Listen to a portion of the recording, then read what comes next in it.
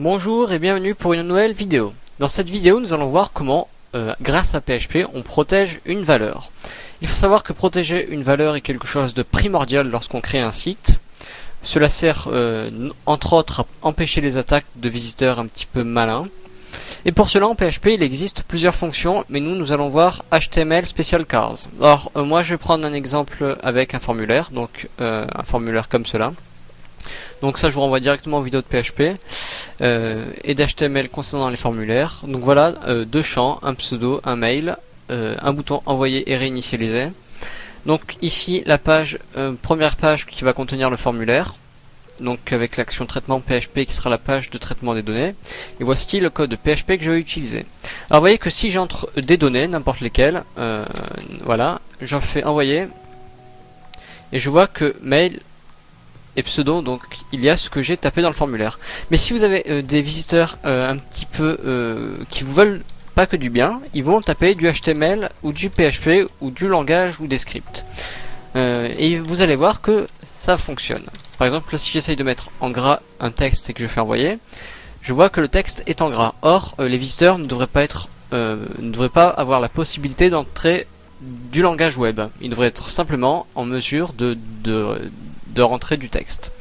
Donc il existe une fonction PHP qui permet de désactiver les balises HTML et les balises des autres langages afin d'éviter les attaques. Et cette fonction se nomme HTML Special Car. Alors, ce qu'il va falloir modifier, c'est ici, les variables qui vont contenir ce qu'on va récupérer. Et donc c'est ici que l'on va mettre tout simplement HTML Special Car, puisque en fait cette fonction marche ainsi.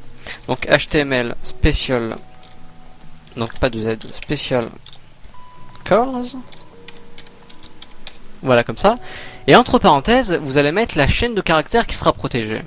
Alors c'est très simple, nous allons prendre cela là, et on souhaite protéger ce que l'on récupère, donc ici, juste avant le post, donc avant la récupération des données. Et vous voyez qu'on a ouvert une parenthèse, et on la ferme là où on souhaite arrêter la protection, c'est-à-dire à la fin, ici.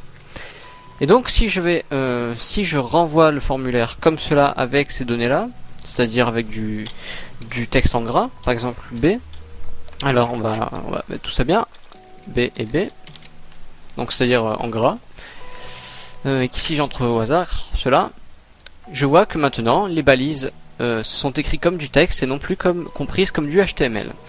Cela va donc vous permettre de protéger vos pages et vos formulaires. Pareil, je peux faire exactement la même chose avec le mail, donc ici je mets entre parenthèses ce que je souhaite protéger, donc cela. Voilà, donc je l'ai sans faire exprès déplacé de là-haut alors que je voulais le copier, donc on va faire ça assez simplement comme cela.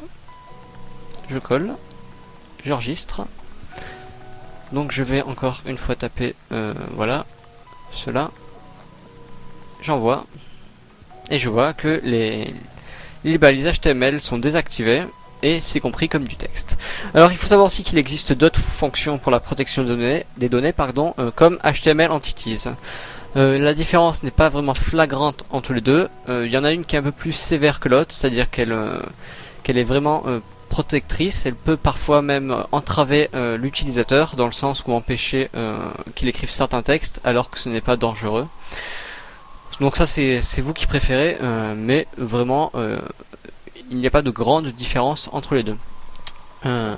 Donc si ce n'est voilà cette super protection avec l'une et non avec l'autre. Donc la super protection est avec HTML Entities, mais ça va vraiment désactiver tout ce qui pourrait être du HTML même si ça n'en est pas.